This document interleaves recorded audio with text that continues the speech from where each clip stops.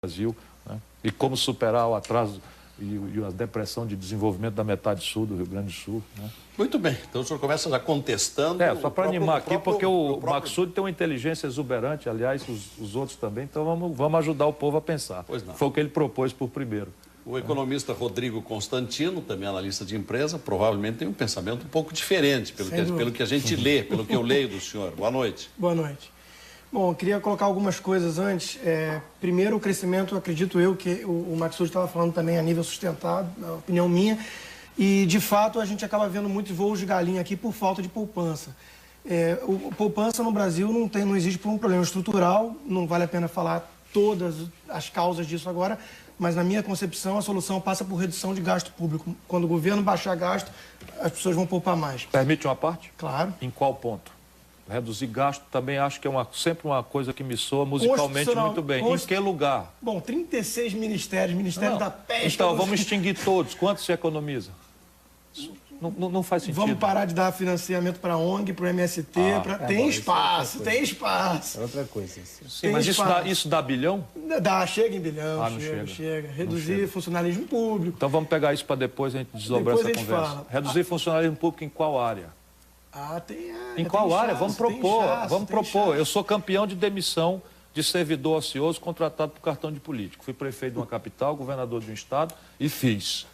Mas lá eu sabia o que estava fazendo e sabia quanto economizava e sabia qual era a legitimidade. No Brasil, nós temos muito menos serviço público do que é necessário, no mínimo. Com 36% de arrecadação de imposto sobre PIB. Para serviço da dívida. Não é verdade. É aí que está. O maior gasto corrente brasileiro em regime não inflacionário é a dívida.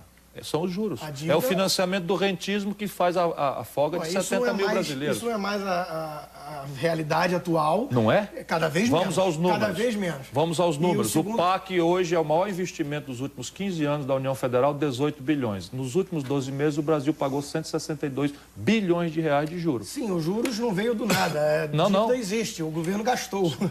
Agora, Gastou? Eu acho até temerário falar que eu não tenho onde cortar gasto num governo desse tamanho e ineficiente desse jeito.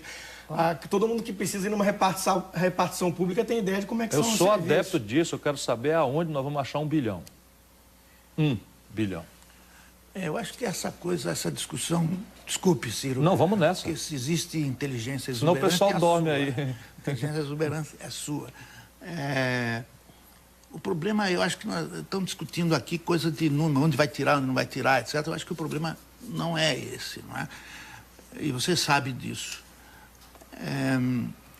Não adianta onde que vai tirar 1 bilhão, quantas pessoas limitar e tal. Esse é um negócio para se estudar de alguma forma ou de outra. É importante que se faça coisa que impeça o governo de crescer, que se inchar mais, porque ele já está super inchado. Agora... eu acho que ainda não está na hora de eu responder a sua questão. Vamos deixar primeiro o doutor Rodrigo. Desculpa, não concluiu o seu pensamento.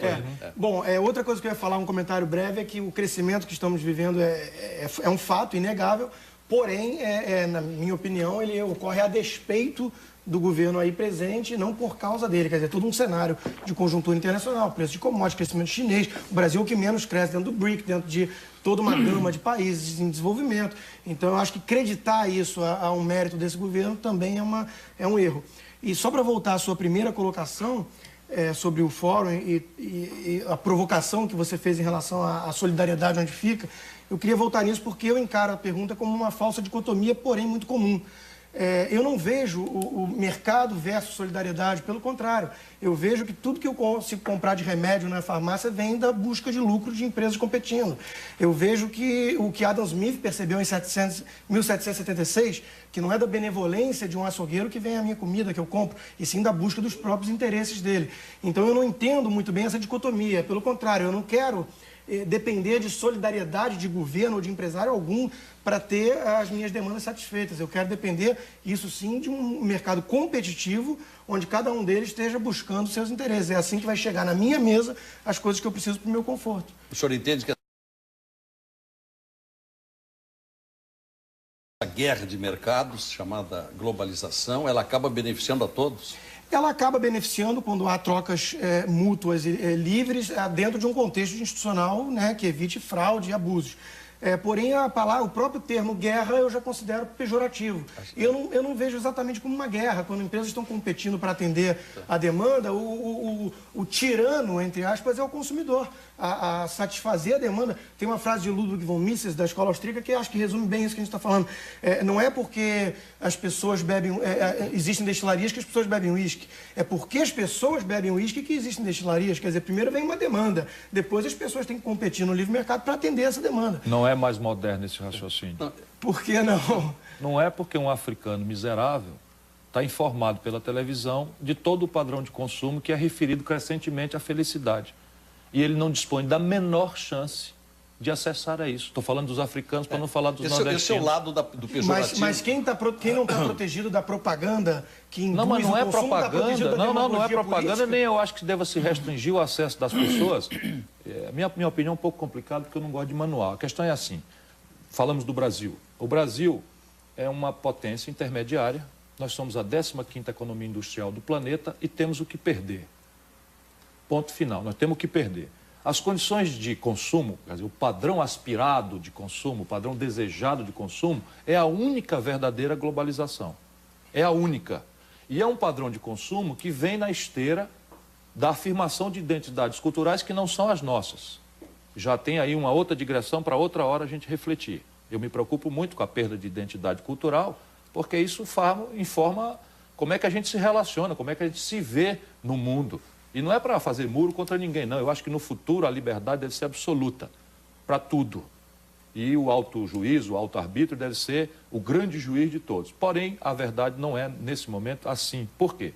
Porque eu padronizo o padrão de consumo, eu digo a um jovem africano, um jovem chinês, um jovem brasileiro, um jovem indiano, quais são os elementos, até inconscientes, de felicidade, de aceitação pelo grupo, qual é a estética que ele deve ter, isso está padronizado. Mas as condições de produzir, Constantino, as condições de empreender são dramaticamente nacionais. É o que eu vou refletir amanhã com a garotada, com a companheirada lá no fórum. As condições de empreender reais, esqueça qualquer paixão ideológica e vamos refletir sobre isso. Primeiro, a condição de financiamento é global? Cada vez mais, sim. Cada vez menos é assim, pelo amor de Deus? Não, você tem dinheiro. Cada vez menos é assim. A condição de financiamento hoje no mundo, o Brasil desconta um duplicata aqui em Porto Alegre, hoje à tarde, 1,75 ao mês. Você toma emprestado a 1,75 ao ano no Japão. Sim, na Europa, nos Estados Unidos. Temos que fechar a roda. Mas vamos aqui, o domínio tecnológico. Temos que fechar aqui. Primeiro o doutor Rodrigo, depois tem que falar... Só 3 assimetrias para a gente deixar. O domínio tecnológico é disponível globalmente? Pergunta se o Brasil pode vender avião Tucano para a Venezuela. Não vende o avião Tucano da Venezuela porque a estupidez da política externa norte-americana proíbe o Brasil de vender avião da Embraer para a Venezuela porque tem componentes tecnológicos embarcados no Tucano que o Brasil não produz. Esse é um aspecto negativo quando se fala em guerra de mercados. Por que o Jorge Gerdau tomou uma decisão de abrir uma usina de aços planos nos Estados Unidos e não em Ceará, em Fortaleza? Pelo contrário, brigou conosco no Ceará para não deixar a gente fazer uma lá. Porque os americanos introduziram uma distorção que é protecionista, porque são pouco competitivos em aços planos, estão administrando decisões de investimento mundiais para alocar uma reconversão industrial siderúrgica. Que bom que o Ciro Gomes reconhece que o protecionismo é ruim. Não é ruim, não. É ruim. Depende. Os americanos pagam a conta, é um subsídio. É lobby do produtor. Não, mas eles estão financiando a reconversão industrial. Vamos entender o pensamento do doutor Rodrigo até o final, porque ele não conseguiu fechar ainda. Certo.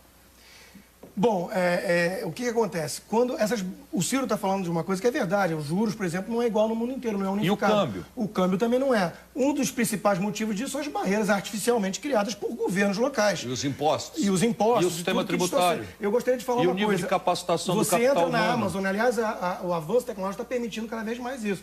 Você entra na Amazon, no site da Amazon, qualquer um pode entrar hoje, e procura por um computador novo da Sony, vai o padrão. $900 você compra em qualquer lugar nos Estados Unidos, chega no Brasil, custa R$5.000. Isso é insumo, isso é produtividade. Eu quero entender por que eu tenho que pagar R$5.000 por algo que um americano muito mais rico paga $900. A culpa é do governo. Porque nós temos governo. Nós temos governo demais. Então, como é que você pode falar que a globalização é prejudicial nesse sentido? O que é prejudicial são as barreiras que não permitem chegar funding barato no Brasil através de venture capitals e hedge funds e empresas. Muito bem. O senhor vai começar o próximo bloco. O senhor foi muito entrecortado. E os Estados Unidos também têm governo, viu, Ciro? Por isso que eles fazem aquilo. O mundo inteiro tem governo. Claro, o mundo inteiro tem governo. Portanto, agora, não é possível que a gente esteja certo e o mundo inteiro errado. Mas a gente tem mais governo que o mundo todo. Não é verdade. Agora eu vou lhe deixar uma pergunta também. Não é verdade. Sabe quanto é a conta da guerra do Iraque? Sabe quanto é a conta? Já atualizada, $1 trilhão. Pois é, agora... Por aí. Bom, $1 trilhão. É que free market significa uma coisa para os Estados Unidos, para os americanos. Sim, mas pendurado no céu. E para nós, outra coisa. Ah, claro. Agora, para nós incluir, doutor Rodrigo... É disso que eu estou tratando. O próximo, para começar daqui a pouquinho... Tem uma expressão assim, pendurado na brocha, né? O cara está pintando, você tira a escada e ele fica pendurado na brocha. O senhor tocou muito de passagem a questão da capacitação. No Brasil, nós temos uma desigualdade de um abismo, né? Posso te dar um númerozinho? Estou ficando chato. Sabe quanto é a matrícula no ensino superior público brasileiro? 6 de cada 100 garotos de 18 a 25 anos. 6. Cuba tem 48, sabe? Doutrinados, né? Cuba não pode nem pensar. Peraí, doutor, não põe a palavra na minha boca. Estou falando o seguinte. Não, eu estou falando que são Cuba, um país miserável, que tem um regime deplorável, se quer que eu fale mal, Cuba consegue, num regime deplorável, numa economia ridícula, botar 48 de cada 100 dos seus garotos em nível superior. O Brasil bota 6. Bom, desculpe, Ciro. Olha, e acha que está gastando demais o Brasil. Ciro, pera um pouquinho. Tem governo demais. Ciro, você é muito inteligente, tudo, eu admiro, gosto de você, etc, etc, etc. Só que, por favor, não use comparação um país socialista... Não, então eu vou falar com a França. Tá bom, mesmo... Que aí dá 80. Aí o cara diz assim, mas a França também... Também é socialista. Agora, vamos dizer... A França é socialista também. Claro, você sabe disso. Bom, mas eu queria deixar uma pergunta... Eu sou socialista. Não, deixa eu terminar a frase apenas. Termine. No socialismo não existe o sinal de preços do mercado, não existe. Impede cálculo racional. Então, lá na China, hoje estamos falando aí mesmo aí no fórum, né? Os chineses estão vindo aí brutalmente, porque eles não têm encargos sociais, não tem isso, não tem nada, eles não têm salários, os salários são ínfimos, né? Quase gratuitos, porque existe escravos, são escravos. Agora, um dia eles vão passar a ter salário e um dia vão ter mais dificuldade para coisa. Mas hoje não tem. Em Cuba não existe preço. O sinal de preços do mercado não existe num país socialista. No socialismo não existe esse troço que nós chamamos de preço. Cubano, não. Em relação à desigualdade, eu colocaria só uma coisa. Primeiro, eu não vejo nenhum problema em si com a desigualdade, no sentido de que a riqueza não é um bolo fixo, não é um jogo de soma zero. Para alguém ficar mais rico, não tem que o outro ficar mais pobre. O Michael Dell, quando criou lá com $1.000 a empresa dele, a Dell, ele ficou bilionário porque ele pôde vender um produto mais barato que gerou valor. Há poucos dias saiu uma matéria na revista, na Veja, dizendo que o que predomina no Brasil é a classe C. Ora, isso é muito pouco. A nossa gente tem pouca capacitação para o trabalho. Então, se não consegue alcançar, acompanhar a evolução dos mais adiantados, o que vai acontecendo com a nossa gente? Caindo na marginalidade ou na criminalidade, que é o que está acontecendo em grande número. Faltou oportunidade de emprego. Doutor Molhon, o senhor é do ramo da climatologia, meio ambiente, e tudo isso tem a ver com economia. Boa noite.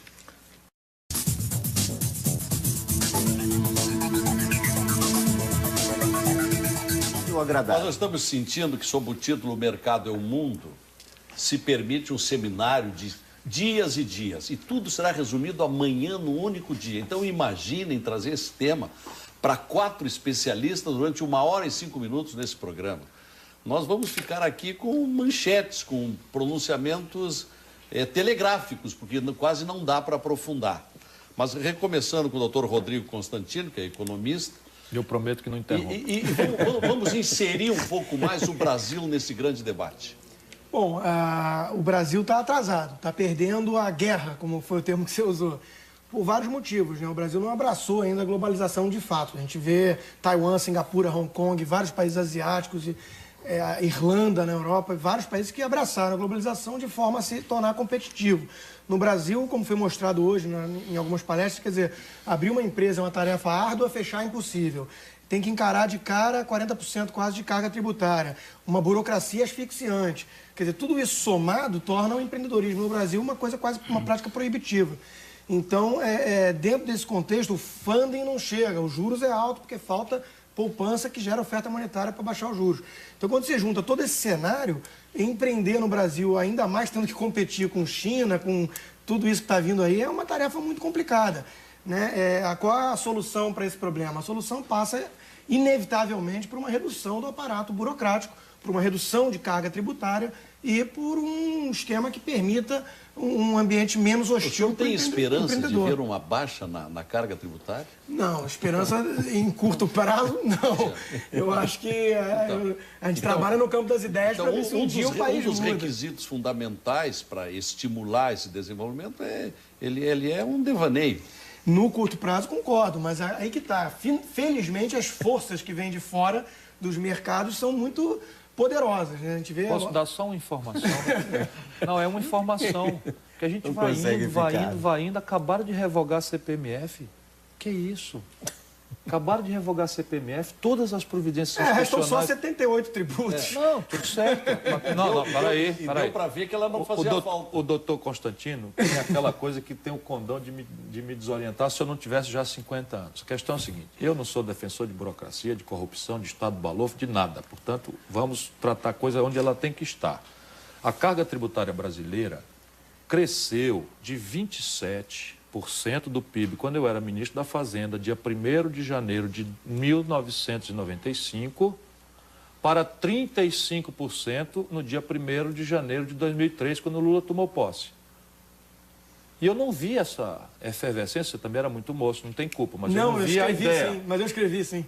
Eu escrevi, rompi e briguei com essa gente. Agora, de lá para cá, todos os movimentos institucionais do país, inclusive irresponsável, que é esse da CPMF, os meus eminentes colegas resolveram fazer lá no Congresso, foram na direção de desoneração tributária.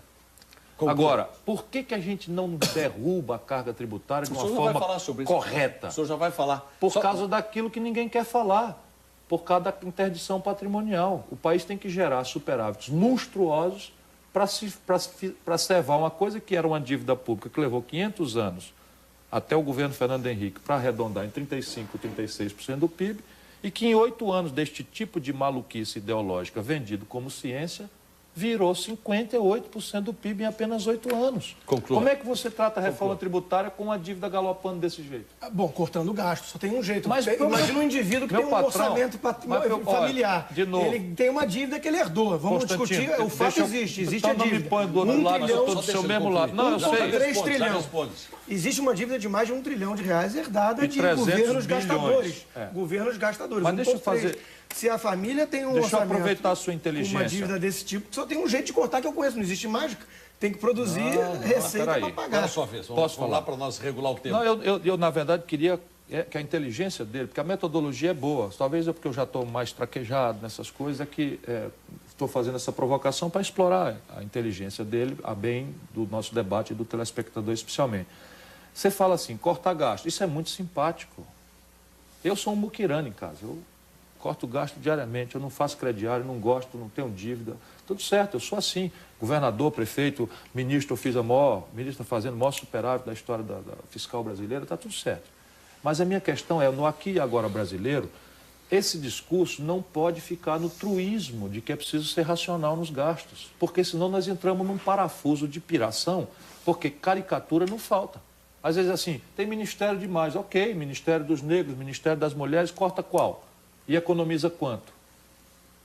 É essa a questão. Não, isso serve o seguinte, para denunciar os sintomas generosos de falta de austeridade do serviço público brasileiro. Estou de acordo. Eu acho muito frouxo. Eu, por exemplo, nunca usei cartão corporativo porque eu acho aquilo meio estranho. Certo. Eu fui ministro, não aceitei receber cartão corporativo. Mas, se a gente acabar, eu já fiz esse exercício, esse é um problema.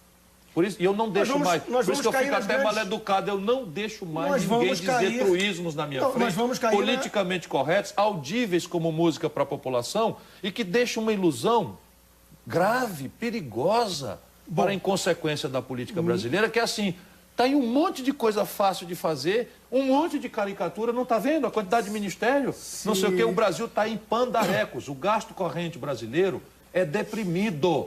Por favor, a Força Aérea do Brasil está com 76% do seu equipamento paralisado no chão por falta de peça de reposição. Alguém diz, não, mas para que o Brasil precisa ter Força Aérea? Pergunta para o Equador por que o Brasil precisa ter uma Força Aérea.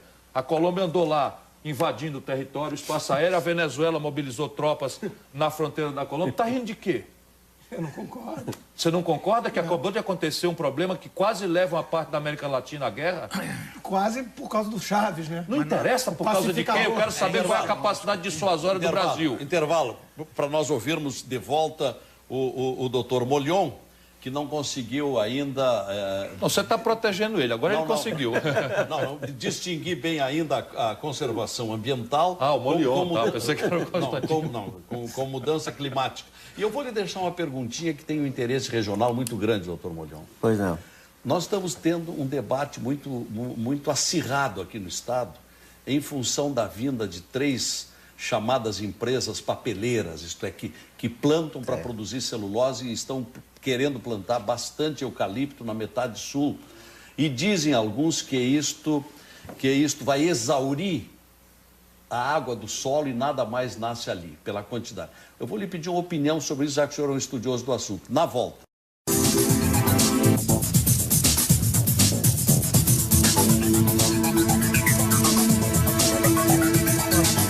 O mercado é o mundo, nós transformamos em pergunta o que o Fórum da Liberdade torna como afirmativa. E aqui nós vimos no programa que, de fato, o mercado é o mundo, aqui para este lado, e não é bem assim para esse lado. Tá? Chegamos à conclusão. Agora, vamos às conclusões. Deputado Ciro Gomes, muitas ideias foram lançadas, vamos ver como é que dá para concentrar nesse arremate. A questão para mim é o seguinte, há 2 planos. Uma reflexão sobre o mundanismo e as vulgaridades da governança brasileira não resiste, e eu não vou ficar aqui de defensor disso. Nós estamos aqui num debate que pretende montar aí uma concepção de economia política. E eu não conheço, pode ter a maior diversidade institucional, fruto da variedade cultural da humanidade, não conheço nenhum experimento exitoso de desenvolvimento no planeta que não tenha por detrás de si alguns fenômenos. O Henri Maxud, como brilho de sempre, destacou: sólido nível interno de poupança.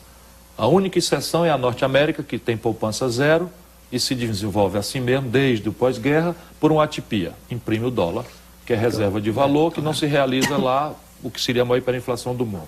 Segundo, sólida coordenação estratégica entre um Estado empoderado com um empreendedorismo ativo. Aí você diz, mas na América, todo o protagonismo norte-americano, passei um período estudando lá, é esse encontro entre o empreendedor individual e a coordenação estratégica do governo norte-americano. Por que a América é a locomotiva da tecnologia do mundo? Por causa da encomenda aeroespacial e militar feita a trilhões de dólares pelo governo americano. E por que o aço americano agora está passando um processo de reconversão? Porque o governo americano, desde o Reagan, que era ultraconservador na retórica, thatcherista, chamou lá uma reunião que eu conheço, as atas, em Camp David, e perguntou por que estamos perdendo a batalha para os japoneses. E dali saiu uma coordenação que mexeu com o horário de criança na escola para estudar matemática, até os padrões do motor de 4 cilindros dos Estados Unidos, para mudar um padrão. E o terceiro movimento é um sólido investimento em gente. Só há explicação possível na imensa diversidade institucional do planeta nesses 3 paradigmas. O Brasil está melhorando nos seus fundamentos de poupança, mas não é sustentável. Temos que consertar a previdência social e fundar entre nós um regime de poupança de longo prazo que se vincule ao investimento de longo prazo. Isto é uma tarefa praticável no Brasil, mas não é cortando gasto nem transformando o trabalho numa mercadoria sujeita à lei da oferta e da procura, porque gente não é bode para você fazer isso, na minha opinião. Segundo, reformar o sistema de tributos não significa dizer reduzir carga tributária, como irresponsavelmente se fez agora, e está aí o Rio de Janeiro com 55 mil casos de epidemia de dengue, 67 mortes, e os postos de saúde abrindo às 8 da manhã e fechando às 5 da tarde. E aí o juiz dá uma ordem para abrir de noite e diz, não tem um médico. E o cara diz que tem gasto corrente demais. E os professores mal remunerados dando uma educação imprestável para a esmagadora maioria das crianças. A verba da saúde exatamente agora? Cortou agora, vai cortar pesado. Pois é, mas... Vai cortar pesado porque tiraram 40 bilhões. Poderia cortar? Sim, meu companheiro, o problema é que não há almoço de graça. Não tem almoço de graça. Sim, mas deve haver, se tu quer fazer graça com os pagadores de CPMF e tira 40 bilhões, aí tu tem uns problemas. Por exemplo, pode atrasar a folha de pagamento do funcionalismo? Não pode. Lavar a primeira despesa. Pode não pagar os aposentados e pensionistas? Não. Já vá a segunda despesa. Pode cortar o Bolsa Família? Nós achamos que não. Porque é o prato de comida que tem 11 milhões de famílias e mais nada. Isso é um programa de segurança alimentar. Terceiro, quarto, Pode cortar o investimento? Se cortar tudo, não corta nada, senão 18 bilhões de dólares. Vai cortar onde? Na difusa despesa da saúde. Cansei de avisar, vai acontecer. Agora, o Estado brasileiro é raquítico? Doutor Constantino. Não, o Estado brasileiro não é raquítico, por favor. Não ponha a palavra na minha boca. Não, eu estou concluindo. O que eu só digo é o seguinte, a Suécia, a Dinamarca, a Noruega são países de altíssimo desenvolvimento humano, onde o Estado é 2 vezes o tamanho do Estado brasileiro. Doutor Rodrigo Constantino, sua vez. O índice de liberdade econômica mostra que esses países escandinavos são muito mais livres que o Brasil. Eu queria falar... Uma carga tributária de 54% do PIB. Então, riqueza antes. Aparentemente, o buraco é mais embaixo. Eu gostaria de lembrar ao Ciro Gomes e aos espectadores que se dirigismo, o planejamento central, fosse solução e a máquina, a locomotiva do mundo que é os Estados Unidos fosse fruto disso, eu não entendo porque a União Soviética com o Sputnik e tudo que fez... Quer que eu explique? Deixa eu só tentar terminar. Porque não é isso que eu estou defendendo. Chegaria lá. Eu gostaria de falar... Não, eu sei que não é isso que você está defendendo. Estou falando que o dirigismo estatal, o planejamento de cima para baixo... Coordenação é espontânea. A que não, mais coordenação estratégica. Eu acredito em coordenação espontânea, livre mercado. A questão da educação, gostaria de mencionar também que não é uma panaceia. É óbvio que tem que ter investimento em educação, principalmente de base. Só que não é panaceia. O caso que o Maksud já lembrou da União Soviética, o próprio caso de Cuba, que o Ciro Gomes trouxe, que tem muito universitário. Eu gostaria de lembrar que tem muito universitária se prostituindo e universitário dirigindo táxi, engenheiro dirigindo táxi, porque a Alemanha foi dividida em duas. Era um povo com uma educação muito parecida, uma desabou, a outra prosperou. Qual foi a diferença básica entre as duas? Liberdade econômica. E liberdade econômica é o que falta nesse país. Estamos em 100º lugar no índice de liberdade econômica do Heritage, do Fraser Institute e por aí vai. Então não adianta, se você investir em educação, se você botar um Estado dirigista que vai... meia dúzia de clarividentes dizer qual o setor que tem que ser puxar a demanda, investimento e tudo isso, sem liberdade econômica, não vai para frente, não adianta. Professor Luiz Carlos Molion, suas conclusões. Bom, as minhas conclusões vou deixar para pensar, estão falando muito em aquecimento global, e amanhã eu vou mostrar